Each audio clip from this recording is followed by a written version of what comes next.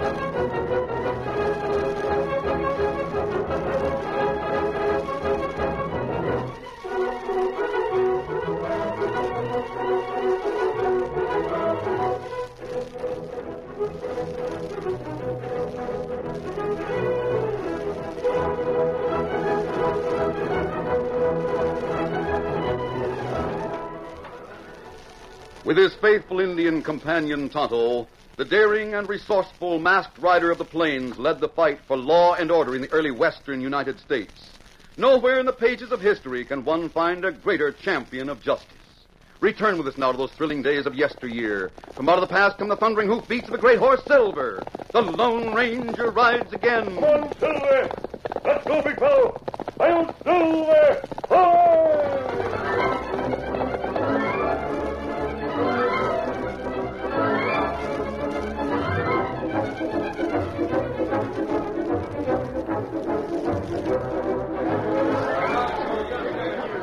The townsmen of Benton were gathered at the small, newly built railroad depot. All eyes were turned expectantly along the curving tracks that ran eastward from the little town. Suddenly, as the distant sound of a train whistle was heard, they broke into unrestrained cheering. I can see it coming around the bend yonder. Man alive, what a sight! On the edge of the crowd, two men watched silently as the first train to reach Benton over the newly laid tracks puffed to a stop. And one of them spoke. Sure is a big day for Benton, Jed. Having the railroad come this far is sure going to make the town grow. Yes, that's right, Lou. You don't seem too happy about it, though. I'm not. Up to now, the Jet Morris stage of freight lines has been the best paying business in Benton. But that railroad's going to run me out of business and you and the boys out of job. Well, up to yesterday, you said it wouldn't affect our business. Sure I did. That was before I knew the Silver Lode Mining Company was going to give their hauling to the railroad. Old man Jackson came in and told me so this morning. But I thought that Look, we can't talk here. Come to the office and I'll tell you all about it. Come on. Right.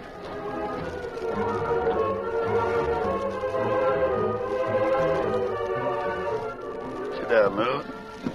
Now, what's this all about? You told us the Silver Lode was still going to use our wagon trains to haul their supplies from Dry Rock. Sure, that's what Jackson told me. When they started laying tracks from Dry Rock to Benton, he came here to the office and told me not to worry. Yeah, I know. Jackson said the railroad rates would be too high, and he was afraid it wouldn't be dependable. Well, what made him change his mind? The railroad sent a critter to talk to him. Said the railroad would be safer and they'd lower the rates. Well, with the Silver Lode changing over, others will follow suit. There's not much we can do about it. Of course, they'll still have to have their stuff hauled between here and the mine. Won't be much, That's but it'll just be it. We lose that, too. The railroad's promised to run a branch track right out to the mine. What? Are you sure? Yeah, but didn't you notice that work train standing on the side and just beyond the station? They'll have a gang working on that branch track tomorrow. Things are bad, then. They sure are. If there was some way to show that the railroad isn't dependable, Jackson might give us back his hauling. But there's no way to do that. Now, look, Jed, we can't just sit around and let them ruin business. We got to do something about it. Sure, but what, for instance? When does Jackson change over to the railroad? Did he tell you? Starting Saturday, when the railroad sets up a regular schedule between here and Dry Rock. Uh-huh. This is Tuesday. You let me think things over, Jed. Maybe there's some way to show Jackson the railroad isn't the best. And if there is some way, I'm going to find it. It was late Friday afternoon when the Lone Ranger and Tonto rode along the old trail from Dry Rock to Benton. They were about half the distance of the 30 miles between the two towns when they heard the distant whistle of a train. They reined to a halt. Oh, Silver. Scout, oh, fella. Easy. Oh, fella. The train from Dry Rock is coming through the canyon, Tonto. We'll see it pass in a few minutes. Ah. Look, Kemus Hubby. Oh? Look like other iron horse stop on track and weigh a train. That's not good. That's the work train from Benton, Tonto. It's waiting on a siding until the regular train from Dry Rock passes. Oh. What happened if work train not get to siding in time? Well, in that case, the passenger train would wait at the siding. The work train goes through every afternoon and returns to Benton by morning with railroad supplies. The trains meet like that at the siding each morning, too. Well, there it goes. The railroad is doing a wonderful thing for the West. Someday, Tonto, it may be possible to go from coast to coast in a couple of weeks. Oh, that not seem possible. But maybe it happened. I feel sure it... Oh, wait a minute. I'm going to use my binoculars. What you look at? Over there, see? Look like two men on horses beyond work train. The work train is leaving. As soon as it passes, I'll get a look at those horsemen. Now I can see them. What them look like through glass? One's heavy set with iron gray hair. The other is a large man with a black mustache. He's pointing up the tracks toward the canyon. Here, take a look. Me see 'em clear now. Me know 'em if we meet 'em. They may be railroad men. Them leave now. Ride toward Benton. We'd better be getting on, too, if we want to reach the vicinity of Benton before sundown. Come on, Silver. Get 'em up, Scout.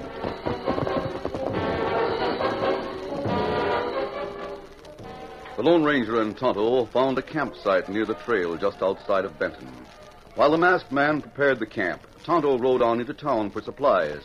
The sun was setting when he returned with news of interest. Oh, Scout. Oh, fella. Oh, fella. Oh. Oh, fella. Didn't take you long, Tonto. Hell, town not far. Me find out about two men we see watch train at siding. What did you find out? Well, heavy set man with gray hair, him Jed Morris.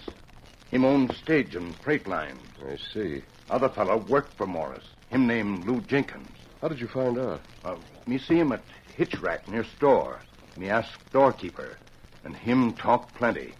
Say railroad maybe take business from freight line. I wonder what Morris and his man were doing out there near the siding this afternoon. Morris, him not like railroad coming into Benton. I can understand that. He's bound to lose a lot of business between Dry Rock and Benton. I'd like to know more about Jed Morris. After supper, I'll put on a disguise and we'll ride into town.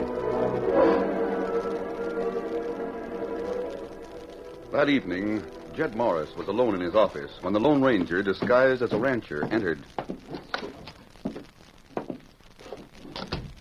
Good evening. Good evening, stranger. What can I do for you? I came in to get some information about your freight line, Mr. Morris. Well, sit down, sit down. Thanks. You seem to know my name, mister, but I don't know what yours is. My name doesn't matter. You can call me Smith if you like. You say you'll get some hauling? I didn't say. Now that I've found out the railroad comes into Benton from Dry Rock, Let that railroad. Let me tell you something, Smith. Nothing's going to take the place of horsepower.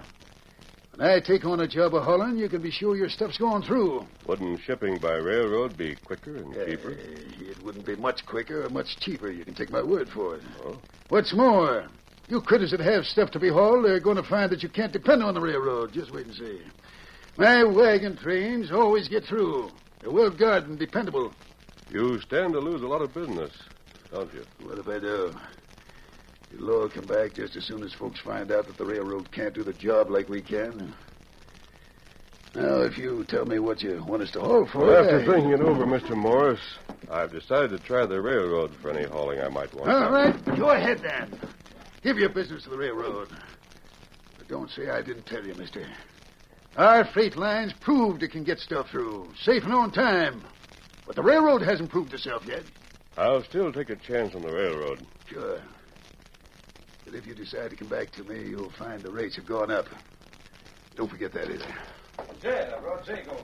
You know about our plans. Shut up, Lou. We didn't know she had company, Jed. Well, I was just leaving. Good night, Mr. Morris. Who was that hombre, Jed? Who do you think it was? Another fool shipper who's decided to use the railroad. He'll be back, Jed. Now, Lou told me about the plans you made. When we get through with that railroad, they won't ever get any hauling business again. Well, that's right, they won't. You going along with Jake and me tomorrow, Jed? No. You two can handle the job. Make sure you do it up right. My daughter Jane is coming over on the stage from Dry Rock tomorrow. I got to be here to meet her. It's better anyway for me to be around town when folks get the news of what's happening. Yeah, I guess that's right. After tomorrow, we won't have to worry. Morris Stage and Freight Line will have all the business it can handle.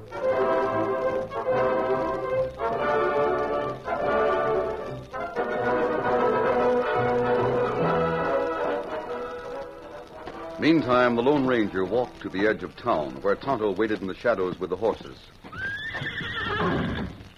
That's you, Kemosabe? Yes, Otto. I just came from Morris's office. Oh. Then what you find out about him? He's very bitter about the railroad, for one thing. Then two of his men came in and started to say something about a plan.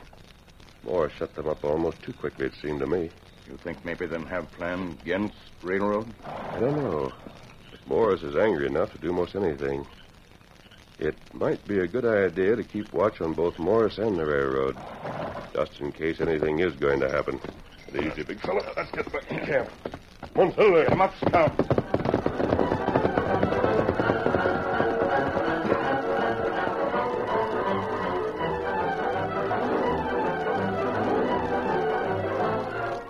The following morning, Tonto, who had ridden into Benton just after dawn, returned to the camp to report to the Lone Ranger. Oh, Scout. Oh, fella.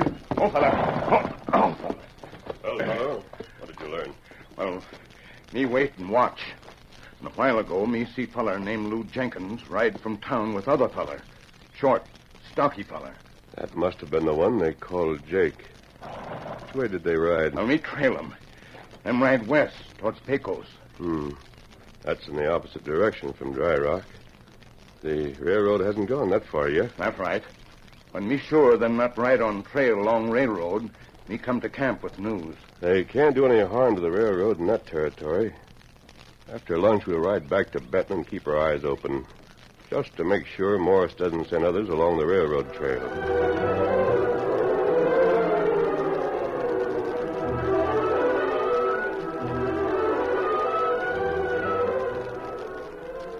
It was around noon in Benton, just after the work train consisting of the engine, the fueling car, and two empty flat cars left the depot. One of Jed Morris's men entered the stage line owner's office. What do you want, Jim? Fella down at the depot asked me to bring this here telegraph letter to you, boys. Telegram for me? Uh-huh. Come over the wires all the way from Dry Rock. I was there when it was a ticket in. I'll give it here. It is. Just like you give it to me. Must be for my daughter Jane. I guess she's not taking the stage today. Let's see. Decided to try the new railroad train to Benton this afternoon. Meet me. There he comes. What's the matter, boss? Don't you like for your daughter to ride Quick. that... We got to keep that work train from leaving Benton. Well, the work train's gone. I watched it pull out. Something wrong, boss? There's plenty. Lock up the office. I'm leaving. If I don't get to the siding before that work train leaves here, my daughter's liable to be killed.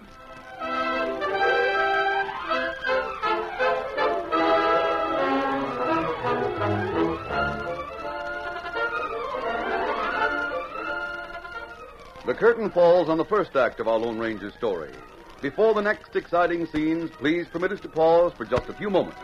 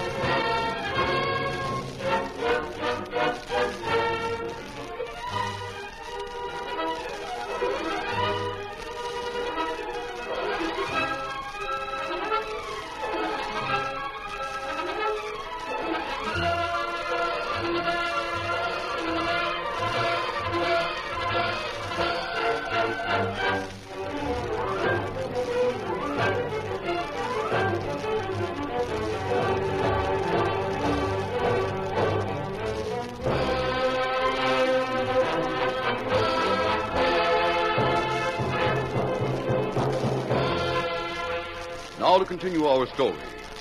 The Lone Ranger and Tonto had finished their midday meal and had saddled Silver and Scout in preparation for the trip to Benton when they heard pounding hoofbeats approaching from the direction of Benton on the trail above them. Someone ride up trail and hurry, Kimasabi. Yes. Most people use the new trail along the railroad when riding to Dry Rock. This old trail shorter. Yes, I know. Whoever that is, he won't see our camp from the trail. He's passing. Underwood. Oh, look. The horse is falling, Tonto. Come on.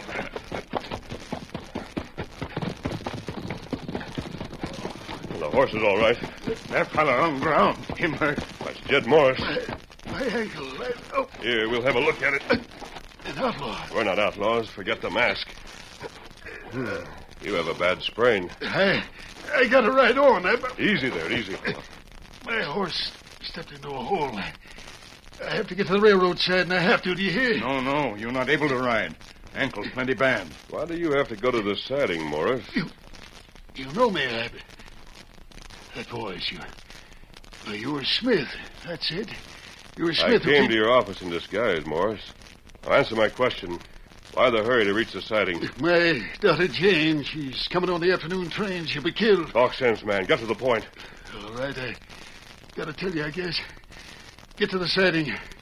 Stop Lou and Jake from sending the work engine down the track in the path of the train. But they rode on the trail to Pecos. They went west. Otto saw them this morning. That was a stall. They didn't want anyone to see them ride the railroad trail. They cut back after a few miles. That was the plan. Go on. They went to the siding. They were going to wait for the work train, put bandanas over their faces, and hold up the engineer and the fireman. Then what? Then they'll start the work train and send it into the path of the oncoming afternoon train. There'll be a big wreck. So that was your plan. Yes. Now, get to them. Stop them. My daughter, she's on that train. I just got word. Others are on that train, too, Morris. Otto, get Morris back to town. Get the sheriff and some men. Follow me to the siding. I'll go on now and try to get there in time. Me do it. Here, Silver. Hurry. You got to stop my men. I'll do my best. You'll have to take the consequences with them later, Morris. Steady, big fella. Easy. Come on, Silver.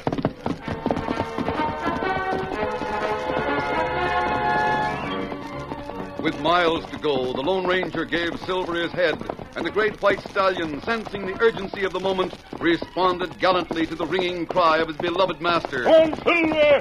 Faster, boy! Faster!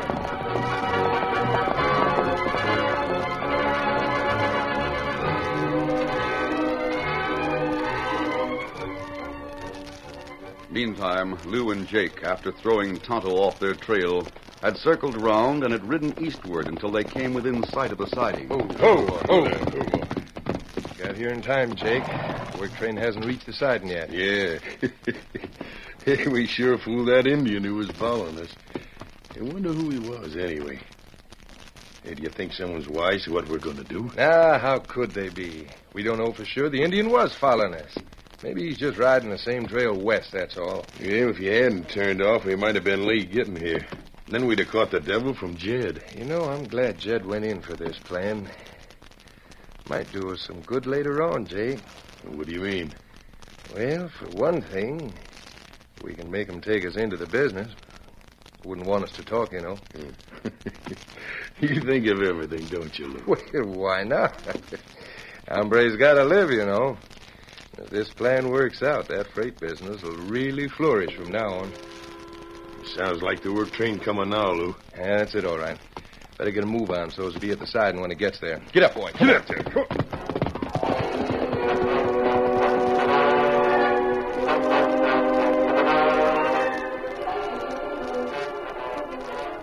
A short time later, after hiding their horses behind some big boulders nearby, Lou and Jake crouched in back of some scrub bushes near the siding and waited until the work train had rolled to a stop a few feet from the switch to the siding. All right, Jake, let's get going. Cover your face so they won't know you. Yeah, I'm ready. Go ahead. Engineer and the fireman don't see us yet. Let's stop them before they get out of the engine and throw the switch on the siding. Here we are, and get your gun ready. All right, you two. Come down out of that engine. What's this? What is it? A couple of altitudes. Coming down, or do you want lead? No, we're coming down. What's the idea? We haven't cut anything. The two flat cars are empty. Shut up. Go on, Lou. I'll watch these two critters. What are you up to anyway? Just watch and see. Pull the lever way back, then jump for it. Hey, that'll start the train and send it right in the path of one that's due to be coming from Dry Rock. That's the idea, mister. A nice big wreck. We won't let you. I warned you. My leg. Just so your friend won't interfere up. Now go ahead, Lou. Hurry up. Here she goes. Jump, Lou. Jump. I made it. There goes the work train. Yeah. It'll sure be a messy wreck in about 5 minutes when those trains meet head on up in the canyon. Yeah, that's right. I'd like to be watching when they come together. Hey, Jake, look. As Lou and Jake stood gaping in open-mouthed wonder, the Lone Ranger swerved the fleet-footed Silver into the wake of the work train, which was gradually gathering speed. He knew that seconds counted in this race with disaster. Got to make it. Come on, Silver. Faster, big fellow, faster. Slowly, seemingly inch by inch, Silver lessened the distance between them and the train. Just a little further, boy. Careful, big fellow. Easy. Slowly they gained until Silver was racing near the steps into the engine cab. Then the Lone Ranger braced himself for the leap which he dared not miss. This is it, Silver. Steady, big fellow. Here I go. Made it. Have to push that lever and put on the brakes. The other train. Got to stop the work train. Then put it into reverse. Have got to.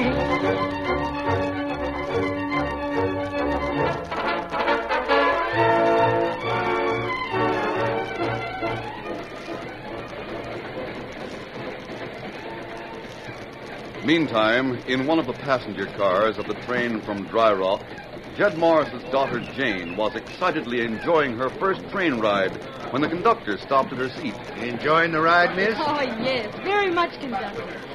How fast do you think we're going now? Well, now, seeing as we're on a downgrade, I'd say somewheres in the neighborhood of 30 miles an hour at least. Heavens! Well, I've never gone so fast before. Look, the track's going a sweeping curve. Well, I can see them shining in the sun way off there. That's right. Soon we'll meet the work train at the siding just beyond the canyon. Now, you can see from this window where the track enters the canyon yonder. See? Oh, yes, that's right. Why, look, another train coming this way. Well, can't be. The work train. It didn't wait at the siding. We'll be wrecked. We can't stop in time. Do something, conductor! I'll pull the stop cord. The engineer sees him. I'll be killed.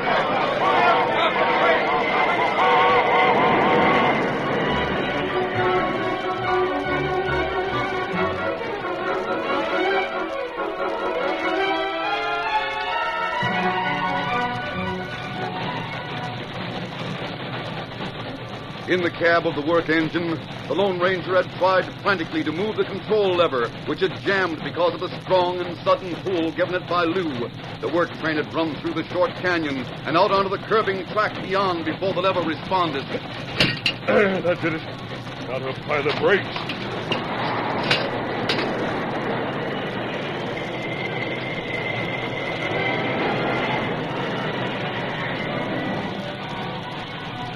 As the old work engine squealed to a stop, the Lone Ranger glanced out the cab window at the curving sweep of track beyond. He saw the oncoming passenger train bearing down upon him. He knew they couldn't stop in time to avert a head-on collision, and for a moment a cold sweat broke out on his forehead and wet the palms of his hands so that they slipped on the lever handle. He knew he must act fast to avert a wreck and possible loss of life, including his own. And he did the only thing possible. He put the work engine in reverse and opened the throttle wide. The work train moved backwards, at first slowly, too slowly, it seemed to the Lone Ranger, and it began gathering speed, giving the engineer of the onrushing passenger train the space required to bring his panting iron horse to a halt. Hearing the blast from the train whistle, the Lone Ranger realized that he had won. He backed the work engine almost to the siding before he brought it hissing and squealing to a standstill.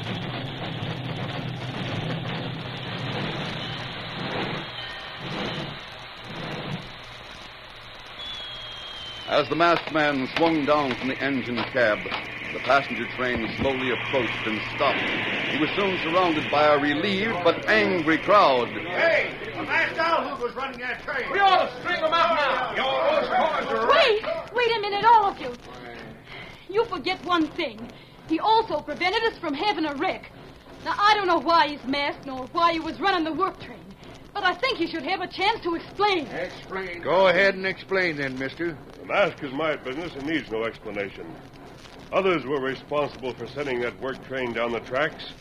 I boarded it and prevented a wreck, as the young lady says. Let's string him up. He can't explain that, man. All right, stand back. I don't expect thanks. I do expect a chance to prove what I say. Here comes the sheriff from Benton with his men. Now you'll have your proof. Oh, you all right, Kemosabe? Yes, Tonto. I see you found Silver and let him back here. It's a mercy you got that work train stopped, mister. We heard Jed Morris's story, and we picked up the 2 men who started that work engine down the tracks. Glad you came along, Sheriff. These passengers were not inclined to believe my story. Well, I'll be on my way now that you're here to handle things. Ready, Tonto? You ready? Adios, Sheriff. And what the masked man told us was true, wasn't it, Sheriff? If he told you he risked his life to save all of yours, that's sure the truth. If it hadn't been for him, you'd all been in a big wreck. You mentioned Jed Morris. Well, I'm Jane Morris, his daughter. Yes, and he said you were on this train. That's why he told everything, but... Oh. Well, you'd better get the facts from him. Jed sure learned his lesson. Poor Dad. And he might have been a murderer if that masked man had... That's right, Miss Jane. He sure would. Your dad's mighty sorry and plans to make amends somehow. Yeah, we owe that masked hombre a reward. Let's take up a collection. Forget your collection, conductor.